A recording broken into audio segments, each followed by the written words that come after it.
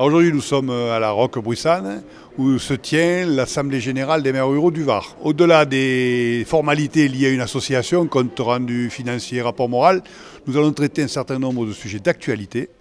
Et pour mettre en exergue d'abord les soucis qu'ont les maires ruraux et surtout le nombre de dossiers que doit traiter un maire pour répondre aux besoins de ses administrés. Donc c'est la fête du monde rural. Alors nous comptons rassembler pour cette Assemblée générale une bonne soixantaine de communes sur la centaine d'adhérents que nous avons, sachant que pour réunir tout le monde un samedi matin c'est assez compliqué, mais les maires ruraux sont des gens passionnés, je ne doute pas qu'ils seront au rendez-vous de ce matin. Je vais rappeler le slogan des maires ruraux de France, ma commune est utile, et je ne voudrais pas qu'on s'aperçoive de leur utilité une fois qu'ils aient disparu. C'est l'histoire d'un administré, puisqu'il parle de citoyen au sens théologique du terme, qui se présente devant son futur interface communale. Si c'est pour l'état civil, tapez 1. Pour renseignement d'urbanisme, tapez 2. Vous voulez vous marier, tapez 3. Pas du tout, répond l'administré. Monsieur le maire, simplement, courbé sur son diaphone, j'ai perdu mon emploi, ma femme m'a quitté, ça aurait pu être l'inverse. J'ai juste besoin de proximité et un peu d'humanité. Et silence. Nous n'avons pas compris les deux derniers mots, vous pouvez répéter. Et ainsi le dialogue s'installe.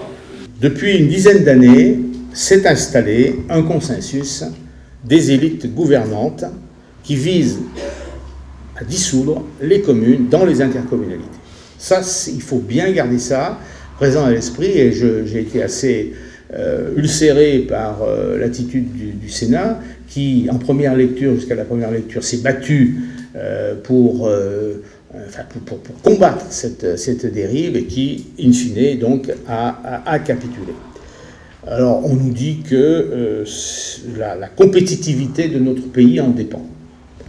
Alors moi, je voudrais bien qu'on m'explique comment, en mettant les communes en faillite, on va rétablir les finances publiques. Comment on va relancer l'économie. Comment on va faire baisser la courbe du chômage. Une grande déclaration d'amour pour les communes et pour les élus ruraux qui se dévouent tellement. Ne manque pas. On nous aime certainement, probablement, sincèrement. Mais si j'osais, je dirais qu'on nous aime comme l'ogre aime très sincèrement les enfants. Mais ça m'a rappelé que le petit Pousset avait plus d'un caillou dans sa poche, et je ne doute pas que les élus ruraux, particulièrement ceux du Var, en ont encore quelques-uns à ceux qui veulent nous faire passer à la trappe, parce que, encore une fois, nous représentons ce qui fait la force de notre pays, avec d'autres, mais fondamentalement, ce qui fait la force de notre pays, c'est-à-dire la mobilisation, c'est-à-dire la liberté de faire pour les autres.